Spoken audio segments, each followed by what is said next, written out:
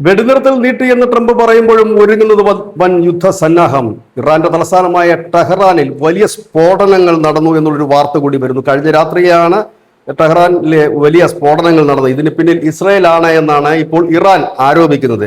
ഇതിനിടയിൽ US കൂടുതൽ പടക്കപ്പലുകൾ Gulf മേഖലയിലേക്ക് വിന്യസിക്കുകയാണ്. US-ന്റെ ത്രിശക്തി വിന്യസിച്ചതായി അവരുടെ ഈ നേവി കമാൻഡർ അറിയിക്കുകയും ചെയ്യുന്നുണ്ട്. US എബ്രഹാം ലിങ്കൺ അറബിക്കടലിൽ ഇപ്പോൾ നിലയുറപ്പിച്ചിട്ടുണ്ട്. ഒപ്പം തന്നെ USS ജെറാൾഡ് E. ഫോർഡ് ചെങ്കടലിലും ഇപ്പോൾ പുതിയതായിട്ട് USS ജോർജ് HW എന്ന് പറയുന്ന ഒരു വാർഷിക് കൂടി എത്തിയിട്ടുണ്ട്. ഒരു വിമാനവാഹിനി കപ്പലാണിത്.